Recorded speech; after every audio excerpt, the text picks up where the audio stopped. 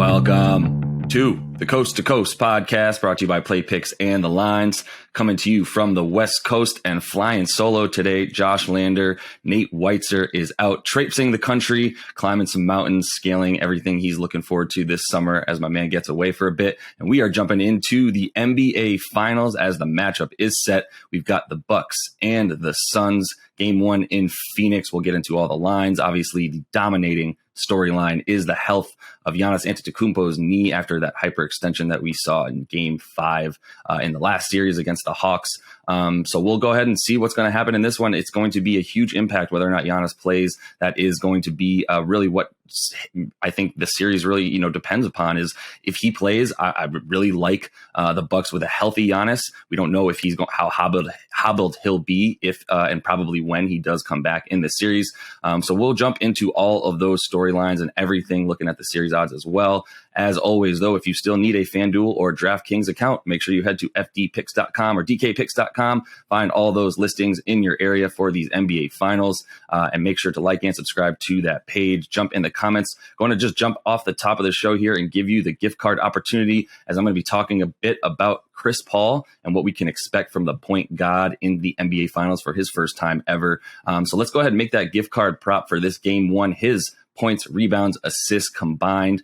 Jump in the comments. Make sure you like and subscribe to the page to be eligible to give us that point total, rebounds, and assists combined for Chris Paul in game one and be eligible to get that gift card. But let's go ahead and jump into a bunch of the series odds here. Just taking a look at some stuff here. Specifically, game one, we've got Phoenix -6 on FanDuel, actually -6.5 right now on DraftKings, depending on who you like in game one. You can choose between a bit of a difference in the spreads there. And then on both of those accounts, the total is 219. It actually opened at 217. So it seems like based on, some of the season series in the regular season between these two teams, there was two games that scored a ton of points. And, it seems like people think probably Phoenix is able to score a bunch of those points, as well as that line has shifted slightly. I believe it opened at about 5.5 on most sites. So you'll be able to, see as the public has bet, or at least people have been betting a bit on Phoenix. And that over since the totals and the lines came out. And then looking at the series odds real quick as well, Phoenix right now is about -200 on FanDuel, Milwaukee +175. That continues to sort of trend in that direction without the health of Giannis. At least it's certainly up in the air right now, specifically for game one. People do seem to like some of the money there on Phoenix to take the series before we really know if Giannis is healthy at all. Hoping to see what he looks like when he gets back. But then a few of the other things, that I'd be eyeing actually, looking at the amount of games, the season series, as we'll talk about here in just a sec, was very, very close. The Suns did win both games, but only by 1 point each time, needing overtime in one of those games. So I think you can consider this a sweep out of the question, in my opinion. I think Phoenix at home and Milwaukee on the road spells disaster for Milwaukee, especially without Giannis. But the Bucks at home and some of their role players, guys like Bobby Portis and even Brook Lopez, are really able to get off and go crazy at home a little bit more so than on the road. So you got to consider Milwaukee maybe able to win a game or two. Make sure this at least goes 5. I like it to go 6. That's at +200 right now for this series to go 6 games on FanDuel. I would consider that if you're looking at some of these futures for the series. And then if you'd like to look at some of the MVP odds, there's a bunch of them up there. I think you start with CP3 and Devin Booker. Chris Paul is +155 right now to win that MVP. Book is +250. And then if you do think that the Bucks are likely to win this series, then Middleton is +550, Giannis +650.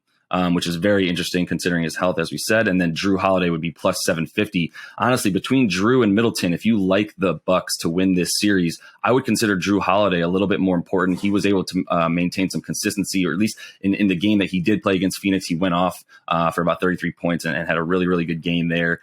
So I think, you consider the defenders on Phoenix, the wing defenders, specifically Jay Crowder and Mikal Bridges, who cause a lot of problems for guys. Even Cam Johnson is able to to get out there and have some length on the wings and bother Middleton, who's not stronger really than any of those guys, other than maybe Bridges. So I don't know where he'll be looking to get his points from. Probably not the post as much as he did when he was manhandling Kevin Huerter in the last series, where he was able to just really take over in that game 6, 23 points there in a quarter to really put that thing away in the third.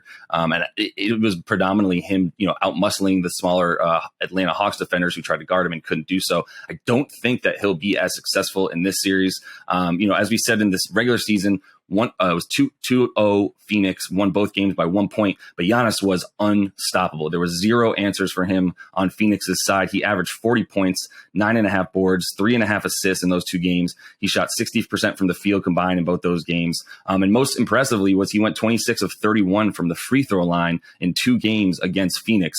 Obviously, the playoffs he's seen a huge regression in his free throw shooting ability. But either way, his ability to get to the line and dominate the paint, scoring 22 of his 27 field goals that he made in both games against the Suns, 22 of those were in the paint, and specifically right in the restricted area. So, he's not going to have any trouble if he's able to get there, getting to the hoop if he's healthy. And him, getting to the hoop and then kicking out to guys like Middleton did help a lot. And I don't know if we'll be able to see that specifically on the road, targeting this game 1. I do really, really like the Suns. 6.5 points feels like a lot. But, one thing I actually will eye specifically within the game is the first half.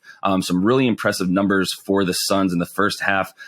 During the regular season, they were 26-13 against the first half spread, 12-4 in the playoffs. So they continued their hot starts throughout the postseason as well. And I really like them -3.5. You can get that -105 on your money. They're almost even money for them to be up by about 4 points at the half. And I think they're going to come out roaring. They've got that rest advantage for about 3 or 4 days over the Bucks, who played a lot more recently than they did. So the Suns coming out early and hot and hard. I like that a lot. And then, a couple of other things. If you do feel a little bit uncomfortable about that spread at 6.5, you might consider the money line for Phoenix, parlay that with the over, as I do think that points are likely to come by, specifically for Phoenix in this game.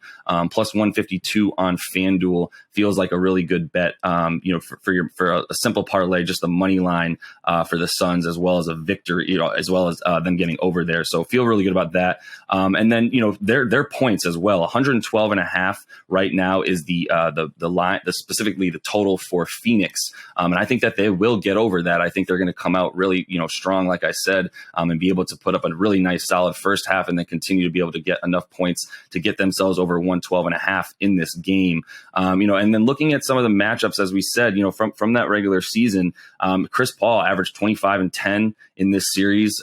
Drew Holiday, look, he's an incredible defender, potentially the best on-ball defender guarding point guards in the league right now. But Chris Paul is a man on a mission, as we saw when he closed out the Clips with 41 points on the road in Game 6 there. I think he'll continue his hot play. I do think that he'll be forced to pass a little bit more, with Drew being a nice, strong, big defender who will give him some trouble in terms of, Chris Paul getting to his spots. But that is why I do kind of consider 10 assists and a Phoenix win, 10 assists for Chris Paul rather, and a Phoenix win. That gets you plus 200 on your money. It's actually a better bet than the double-double, player performance double, and a win for Chris Paul. That only gets you plus 196. So I think 10 assists, you got to consider he'll get 10 points no matter what. So you take that 10 assists and a Suns win, and you can get that plus 200 and double your money there. So another really nice one. And like I said, I haven't really talked about the splits yet, rather, but specifically for Milwaukee on the road, just a lot worse, both from Drew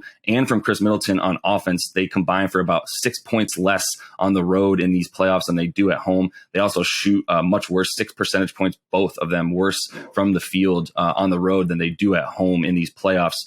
So I'm not really feeling too great about the Bucks offense, once again, without Giannis, who accounted for just a ton of 80 points in 2 games against the Suns in the regular season. It shows you how unstoppable he was, how much they need to go through him to really be successful in this series. So, look, we're going to be looking forward to what comes in this series, specifically Giannis's health, as we said, but we want to see what he looks like even when he gets on the floor. So make sure you stay tuned, like and subscribe to that page. Jump in the comments for that gift card opportunity, as well as we're eyeing what CP3 is able to do in Game 1, his points, rebounds, and assists combined.